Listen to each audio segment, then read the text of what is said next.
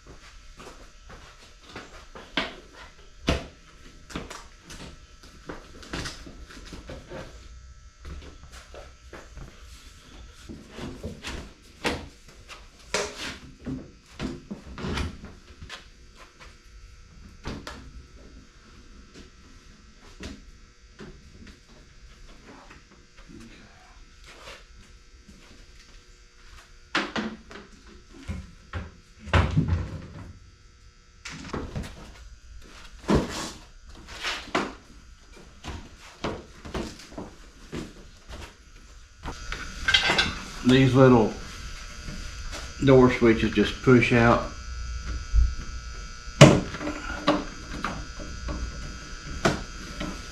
And then they just pull off the plug.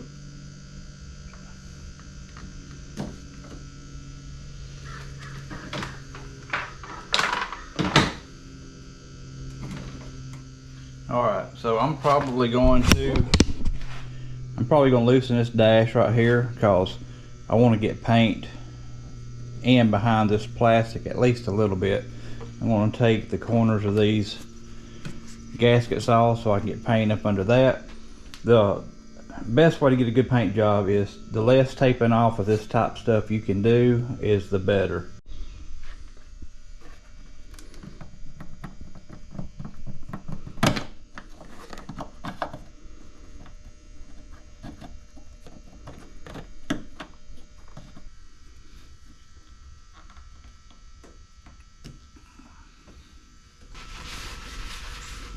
So right now I'm waxing grease, removing all the dirt so my tape will stick.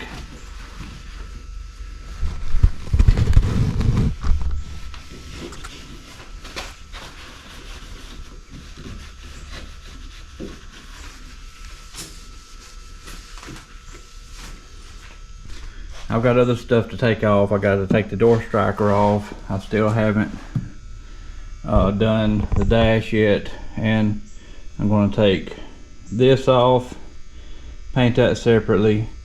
I just now saw there's a dent up there. So anyway, I'm going to leave these rib nuts in because they're in good shape, and we're going to use the panels that cover that. So on mine, on JJ, I got rid of all these little spot wheel marks. That goes under the fender flares. I'm not going to do that on Little Red because we're not going to ever run him without the fender flares. So anyway, I'm going to get the taping the rest of this thing off. I'm just wiping where I'm going to tape so my tape will stick. And a Jeep is kind of, in one way it's okay to paint because you can take everything off of a Jeep. But another way, it's really aggravating because it's got so much rubber and stuff on it that you don't want to have to tape off. So it's definitely not the easiest vehicle you will ever paint if you decide to paint one. So what I'm going to do, I'm just going to use 2-inch tape and just going to lay it up on the inside where I'm not wanting to paint. People always want to know why paint jobs are so high. Just like this single roll of double 2-inch tape, it is $10 just for this one roll. So the material is extremely high. The primer I use is over $100 a gallon, and I'm out of primer right now. I just found out I've been priming this stuff with that yellow Marhide primer that I like to use. They stopped making it. You can't get it no more. So that poses another problem, because the base coat, like your underlying coat, like that primer is yellow. Well, if I use a black primer, the chances are it's going to be a different shade of red when I get through painting it. So I've got to find something. I'm going to try to find something that has got that's a similar color, so that I will know that my panels will match. I didn't never dream that they was going to stop making it. I love that primer. Alright, so here's the tape I've got done so far.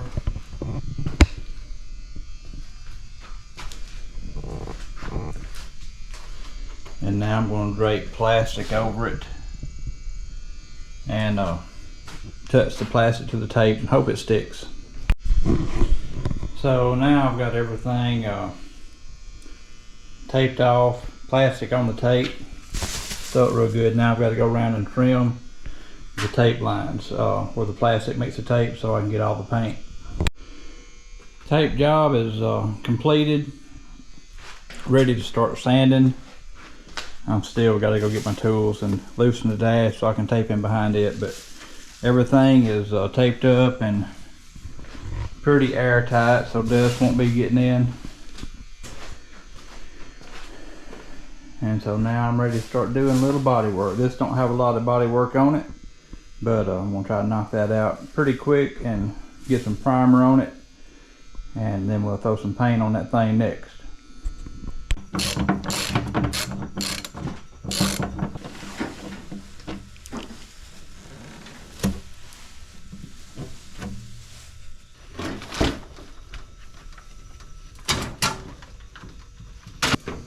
Seth's over here loosening all the parts, taking them off the fender, getting them ready for spraying. So I think this is the last piece. He took the skirt off the inside of the fender. I don't think we're going to replace those. JJ doesn't have them. It looks great without them. We're not mud hole hopping or anything, so I don't think we're going to need them.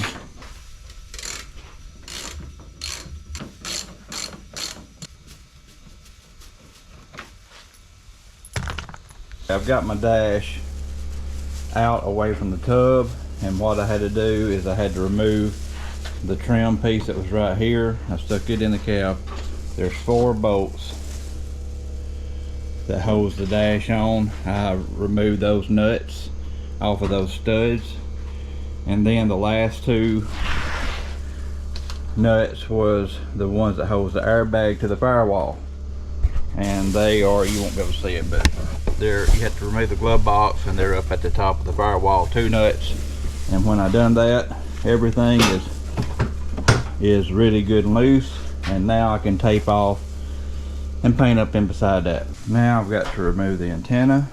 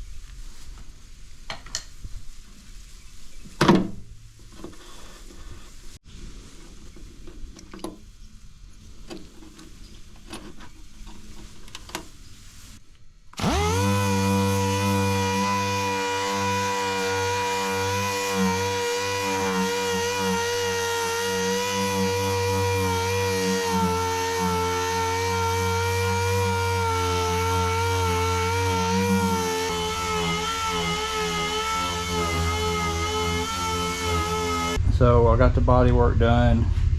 There's that little spot that was dented. This right here was a little out dent. I tapped it down just a little bit and put a very, very thin spot of body filter on it. The biggest spot is back here. This hinge had dug in just a little bit, and anyway, I got to chasing it, and I ended up having to go all the way up to here, and it had a dent over here, low spot right here. So anyway, it just turned out to be like that, and this is the final spot, and I'm still in the process of finishing it. This will be the last sanding on this, and it will be ready to sand the rest of the paint and get the primer on.